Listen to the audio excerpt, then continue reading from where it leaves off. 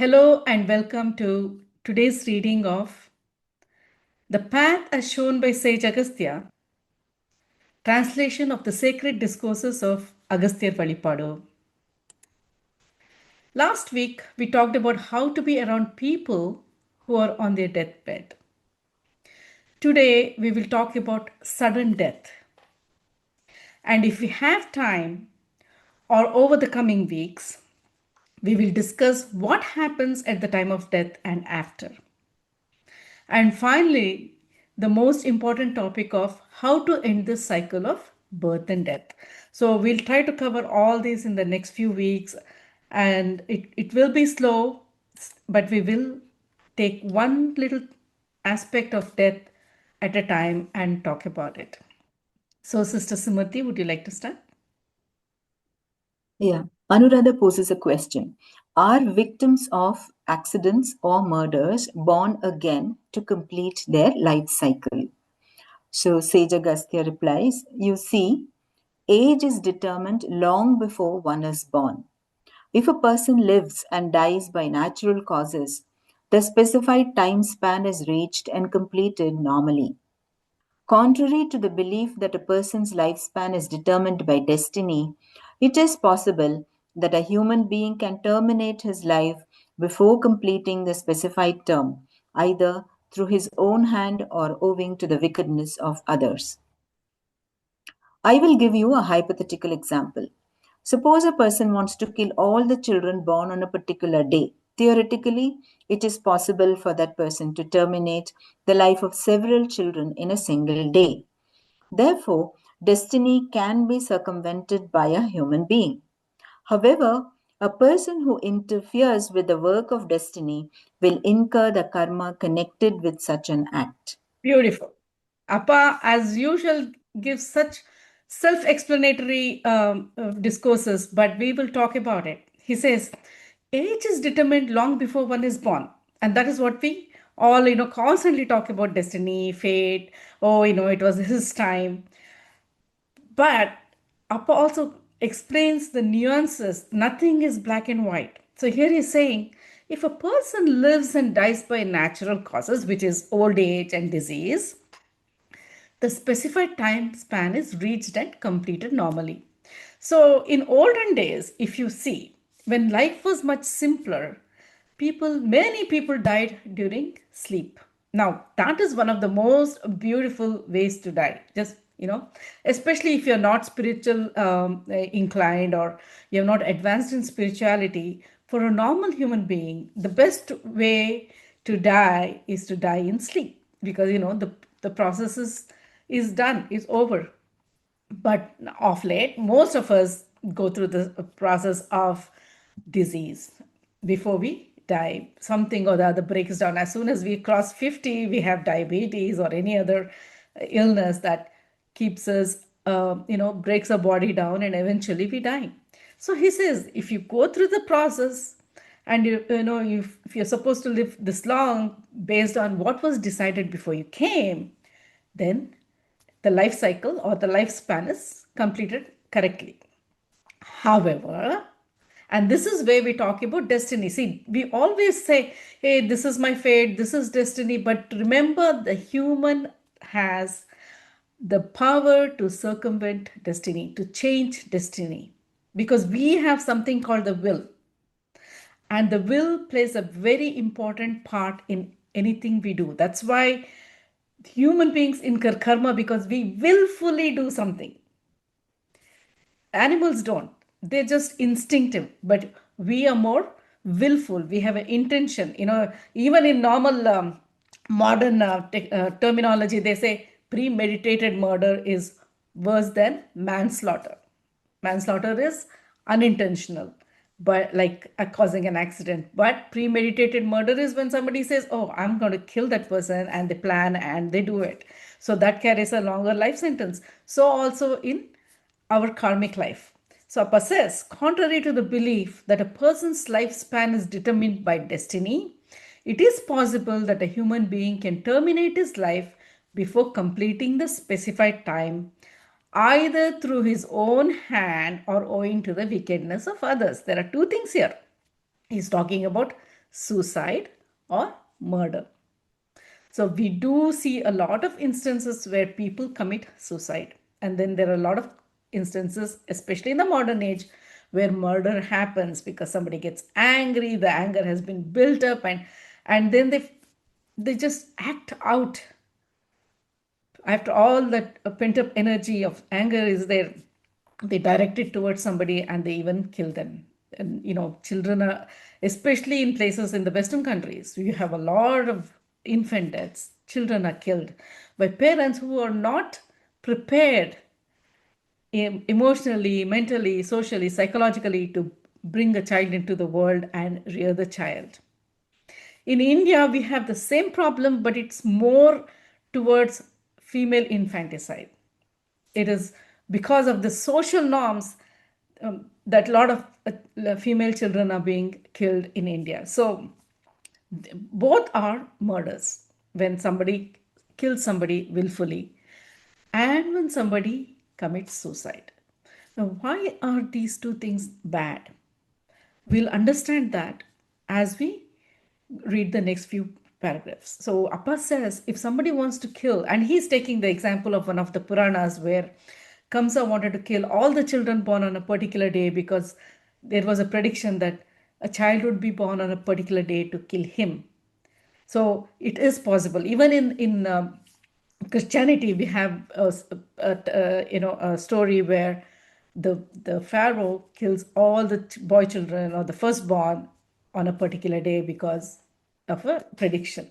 So those things do happen. These Puranas are telling us in a subtle way that it is possible to terminate the life of another. It is not destiny that decides when we're going to die.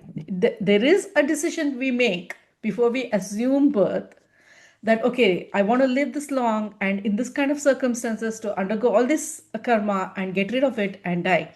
And most people are able to do it, but they don't finish their karma, so they come back. But then there are people who make the decision, come here, but then their life is cut short by murder or suicide. So please continue, sister. Our next question is, what happens to the soul of the slain person? It is natural that the soul bound by the mind of the slain person has to wait for some time before getting another chance at rebirth. Let us assume that a person kills someone who is 20 years old. That person who was killed was destined to live to the age of 80. That means it would have taken another 60 years for that person to complete his life cycle. The spirit of that person will now have to spend this unfulfilled lifespan of 60 years in suspension. It is during this period that the spirit of a slain person can find time to take revenge on the person who terminated his life. When a person is responsible for the death of another, while dying, the victim is aware of the person who has killed him, and that thought carries over to the next incarnation. Without his knowledge, the victim may try to take revenge on the person. So the Appas very beautifully explained what happens when somebody is either, somebody's life is cut short by murder or suicide. So if a person was supposed to live for 80 years and they were killed when they were 20, then 60 years they live in suspension, which means the soul does not get to go to the astral plane, to go to a higher level. That is very, very normal for people who have died after a normal span of life. So what is the spirit of the stage of suspension? That is what we call ghosts or spirits. They remain in an energy body trapped in the consciousness of the earth level. So we have already talked about the different lokas as we know in Hinduism, where there are 7 higher and 7 lower levels of consciousness, and the slain person remains in that Burloka, which is the earth plane. So that is why you see ghosts and apparitions. That is why, and most likely what happens is the person remains attracted to that area where he was slain. So that's why, we have people who do not like to buy a house where there has been a death in through violent means like a murder or suicide, because that spirit has not found its release yet. It is still attracted to that area, and a spirit at that time can also act. So Appa says when somebody is dying, they know who's killing them, who's you know uh, cutting short their lifespan, and so that spirit can take revenge on the person in the next incarnation, or it can try to create because of that energy of anger and frustration and all that, it can create a lot of disturbing energy in that area for others. So that is one of the reasons also why we have possessions and all those things that we will come to that again after in the next few sessions. But what happens is, if you cut short your life by suicide, okay, murder, you cannot help it. It happens because somebody is doing it to you. If you cut short your life because of suicide, what happens? You remain suspended. Your soul remains in, torture, because you cannot find the freedom of completely exiting this physical plane. So, why would you commit suicide when you know two things? One, you're going to stay here, go through the whole time span that you have to spend in suspensions, unable to do anything, unable to complete your karma, unable to fulfill your desires, and in a kind of a torture that's more mental. Or you once you finish that 8 years in the suspension mode, you have to come back and face the same things over again. Think about it. If you do not face the problems that you're being faced with because of your own karma, this is what happens. We don't have problems because somebody else is doing something to us. We have problems because we have attracted that energy through our own karma. We may be good in this lifetime, but in different lifetimes we have accrued a lot of karma. So a lot of things start happening to us where we are supposed to learn based on our previous life and try to change it and nullify that and go forward. Instead, what do? We react, we try to we create more karma. And in terms of suicide, we build up a bank account that we are going to take again to the next life. So there is no escape from karma.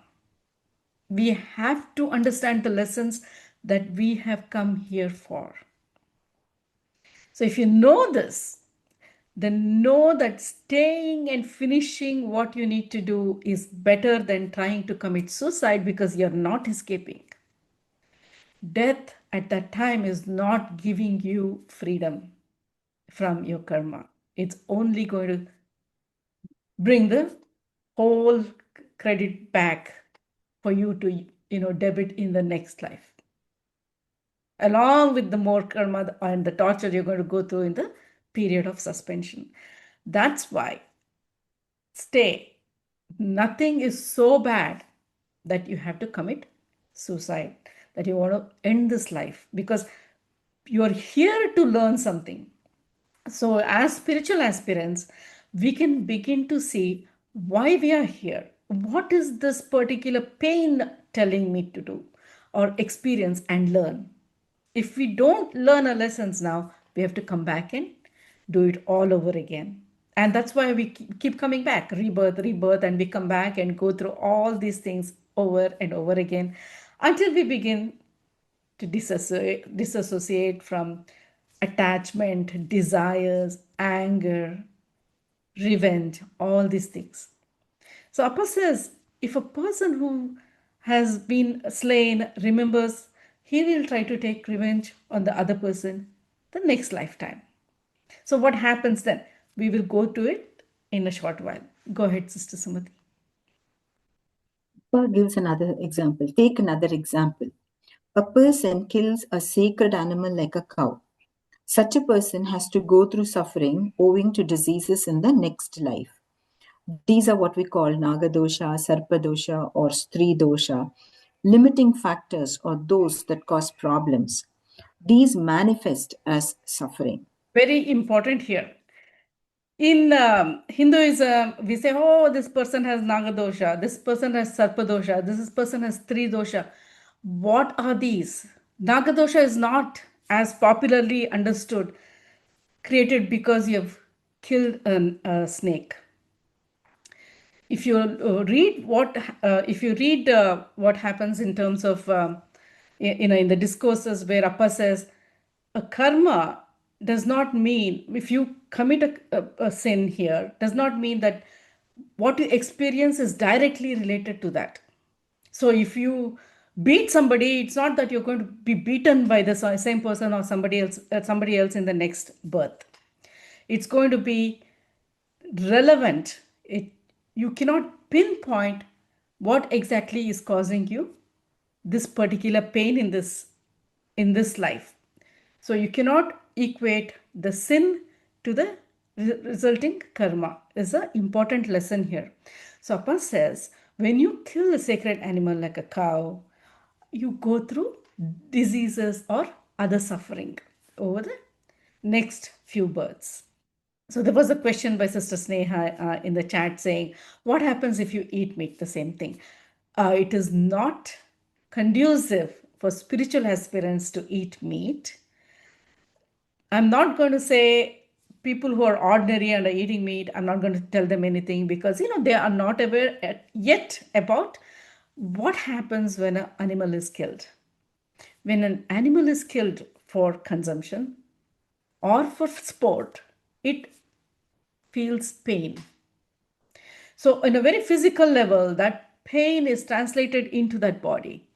And they say, even in America, they even have a whole situation where they talk about how Temple Grandin devised a method. And there's a movie on that too, you can watch that, where animals are kept in a more positive state before they're being killed.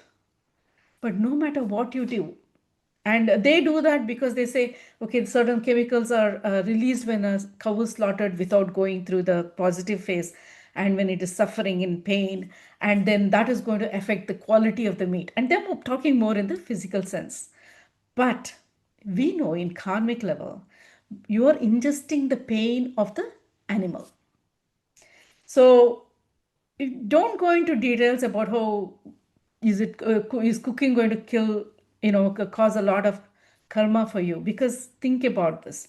A lot of ordinary people who work in restaurants, they are working because they're trying to survive, to feed their family. They are still not spiritual and they don't know what it means. So do they incur karma? They don't. If see, karma is incurred when it is intentional. So here, the person who is cooking in a restaurant, he just has to do what is being told. So Appa actually explains that in the more further discourses, how when something is being done because you are an instrument for someone else, it doesn't really affect you. Uh, but don't take this literally to mean, when the Nazis or, people who killed somebody else or tortured them, they didn't acquire karma, they did. So there are a lot of nuances. There is nothing black and white to say in this. But the main takeaway from this is if you are a spiritual aspirant, you understand that animals feel pain. So at that time, you yourself stop eating meat. And that is the, and don't force anybody else or judge anybody else who's eating meat. That is not why we are here. Each soul has to go through their own experience and learning. You can tell somebody, don't do this, but unless they touch the fire, they don't know it will burn. So unless they begin to understand the whole process of this, they won't understand why they shouldn't do something. Only when you understand why you shouldn't do something, then it changes your behavior from inside. We come across a lot of people who stop eating meat because somebody told them, and then within a few years they begin eating meat. So that kind of change is not lasting. It doesn't change the person. So don't force anybody else. I don't force anybody, and do not judge them. Each soul has to go through their own suffering for their own karma. But remember this, don't blindly believe that it's a Nagadosha, Sarpadosha, Stri dosha. All this is nothing but names given for different types of karmic energy. So you've done something wrong that manifests as disease or suffering in the next life, and that is just part of you, how you're incurring or experiencing that karma. So let us continue. Anuradha poses another question. If a person takes revenge in his next incarnation, will he not in turn incur bad karma? So Sage Agastya says, in this particular case, the person who takes revenge commits a similar mistake for which he too has to undergo atonement. Consider who is responsible for this revenge in this case, the cause of which he himself does not remember. It is difficult to explain whether the actions are prompted from within or without. If the divine plan wants you to conduct a mission like killing someone in the battlefield, like the epic wars of the yore, then you are only an instrument. Your actions do not fall under the category of sin. Innocent sins of the body do not pollute the soul. Beautiful. One, cat- So let us, one category, yeah, sorry, yeah, Sister Sumati. yeah. Let's continue. Let's address this because it's pretty important. And Sister Harisha, you're welcome to join in with the discussion anytime. So here, Appa saying, if the person who takes revenge commits a similar mistake for which, then he too has to undergo atonement. So just because somebody has done something to you, you go back and do the same thing, what is going to happen? You are committing a mistake too. So, revenge here, the most important part is revenge is not the solution. Even Christ said, forgive. If somebody hits you, don't hit back. So that is what we want to do. We do not want to continue our karma by holding the anger and expressing it. Because remember, karma is always in relation with another human being. How your actions and your speech and your thoughts affect another human being incurs karma. So when somebody hurts you, do not immediately respond with anger. Do not hold that anger in your heart. Try to think somewhere in this lifetime or before, I have created some karma which is bringing this person here in my life at this time, having them react to me this way. But if I react to them, what is going to happen? I'm going to come back and go through this karma again for the karma that I've just initiated. So do I want to continue this karma? So in a way, it is a very selfish goal. When you're saying, I would like to forgive this person, but if you do it because of the fact that you do not want to incur karma, but if you do it with understanding the whys and wherefores of karma, then you will react differently. You will let it go. Let it go because you do not want to incur more karma and come back over and over again. Your goal is to end this cycle of birth and death. And what is more important? You progressing and going towards your goal, or you staying back, accumulating all this anger and trying to fight with the other person and remaining in the same level over and over again. So that's the important thing you want to remember. And Appa says something. Consider who is responsible for this revenge in this case, the cause of which he himself does not remember. A person has been, how many times when somebody comes and does something to us, do we remember why in the previous life, what happened that this person is doing something to us now? And why are we reacting? Why are we getting angry with somebody who we've hardly done anything to us, but we have some kind of anger. We don't even know why that anger is there. You can see that between siblings. You can see that between parents and children, especially difficult relationships. If they're very close to you, remember, you both have chosen to come back together to work out your differences, to nullify that anger and revenge. So if you can't even remember what was it that caused this, what is the point in taking a revenge or being hateful towards somebody? So try to understand these things within and try to change how you react and how you feel. So Appa says it is difficult to explain whether the actions are prompted from within or without. So that is another thing. That is what the Puranas taught us.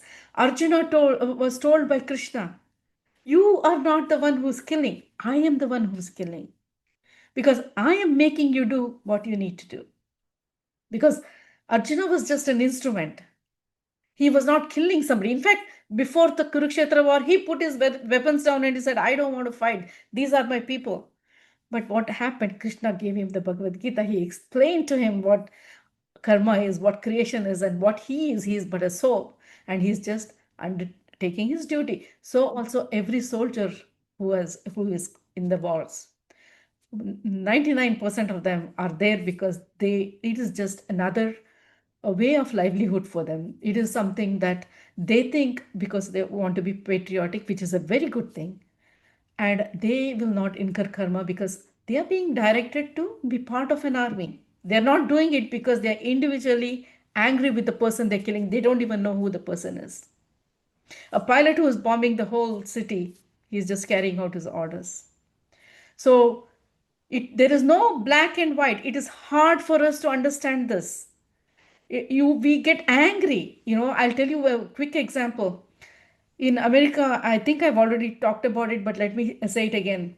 As a young woman, had a little baby. She wasn't prepared to have the baby. And then the baby was barely in the cradle. And then her boyfriend asks her to go on a vacation. And you know what she does? She leaves the baby with food, locks the door, goes on a vacation for 10 days, comes back to a dead baby. And I was very hurt when I read this. It was very difficult to accept that. And then Appat said, think about it. That child, that soul, decided it wanted a very short life wherein it could complete a lot of its karma within a very short time. So in a way, it was actually not angry with the mother because as a child, it doesn't know who, why, and what is going on. It just finished most of its karma, suffering, endured it, it died, and it went away. So that particular soul completed its karmic cycle. Now that's very hard to understand. If you can understand this, then a lot of things that happen in life you will begin to understand. So, Sister Harisha, we do have a few more minutes. If you'd like to say something, we have 6 minutes. Yes, I just wanted to add to what you're saying about the karma. And when we understand that revenge is all about the ego and not the soul, like in the story of Kurukshetra, when Krishna was addressing Arjuna, Arjuna was behaving out of karmic action from his soul. But Krishna was encouraging him to fight the war. And the war that he was actually fighting was against the ego. So it's things like ego that keep bringing us back to to be reborn every lifetime. And this whole thing about karma and rebirth is all about diminishing the ego, because when there's no ego, there's no revenge, there's no peace, there's no problems, then we don't have to come back. And if I may also add about when we started in the beginning, I didn't want to cut you short, but my understanding is that about suicide and instantaneous death and the lingering of the soul, my understanding is that, like we all know, before we are born, we choose the story that we want to go through this life. As we choose our parents, we choose the way we want to exit this life. We choose everything. So we have two options. And like Appa says, we can go through old age, live till 80 and then die a natural death. But what happens is we always have that second option, which is our free will. It's like, like let's just say if you're going to the gym and then you start the first week at the gym and then you're like, oh my God, I can't manage this. I run away and don't go back to the gym. Or you continue until you finally reach your goal at the gym. So similarly, the souls, they have the choices. They can choose to continue with whatever they're going through and live till old age and pass the test, or they say like, okay, I can't manage these life lessons. And generally, when you look at people who commit suicide, they're not happy people. They're going through a difficult time. So they take the second option. So they do everything in their lives that takes them to exit at the point that they've committed suicide. Or for that matter, being murdered. The way they've started their lives, it leads them to that second option. And then, of course, they prefer to linger in the astral world, until their time comes, because they cannot manage being in this body to be able to complete the lifetime. And if I may also add about the eating meat, and I will share a very interesting story with you once I've explained. So everything is life and everything has energy. So even the animals, because of evolution, like we call it evolution. I mean, the lion eats the deer, and we continue. So likewise, due to this phase of evolution, even the animals are choosing the way they want to exit. So hence people eat meat, but never forget that every single action is a karmic action. And whatever you do, whether you kill that animal, whether you eat that animal, you have to pay for it. And I feel that that is why in this day and age, there is so many diseases, so many people dying of cancer, so many unknown diseases, such long diseases, we don't even know how to say those names. So it's all because of the accumulated karmas that, by eating meat and killing the animals before time and feeding them with all kind of hormone to prepare them so that, we can eat them. But again, that not eating meat depends on where you are on your journey, your karmic journey, not even your financial, physical, emotional journey, but your karmic journey. So, so this is what happens. And just to tell you very quickly, there was an incident about last year, and we have some Muslim neighbors, and during their time of Eid, they sacrifice a cow. And I was feeling so sad for this cow because I feel like it knew what laid ahead for it, and it was just crying and crying and crying. And I just sat down quietly to meditate. I connected with the energy, and I said to the cow, "You better stop it now because you chose this way to go. It was your choice. So can you please be quiet?" And when I told my kids I'm going to do this, they said, "Mom, you're crazy." And as I finished that, it was almost as if the cow heard me. It was quiet for the rest of the time. So we are all connected. We are all just energy vibrating as one. And whatever we do to the next, we are affecting only ourselves, whether it's through disease, whether it's through repeated karma, whether it's through repeated cycles of birth. Whatever it is, we are only affecting ourselves. Thank you so much for allowing me that. We will discuss this a little more next week. But there are certain things that Appa has also said that we would need to consider when we're talking about this. We hardly have 1 minute, so I won't be able to comment on everything that you've said, but we will discuss this again.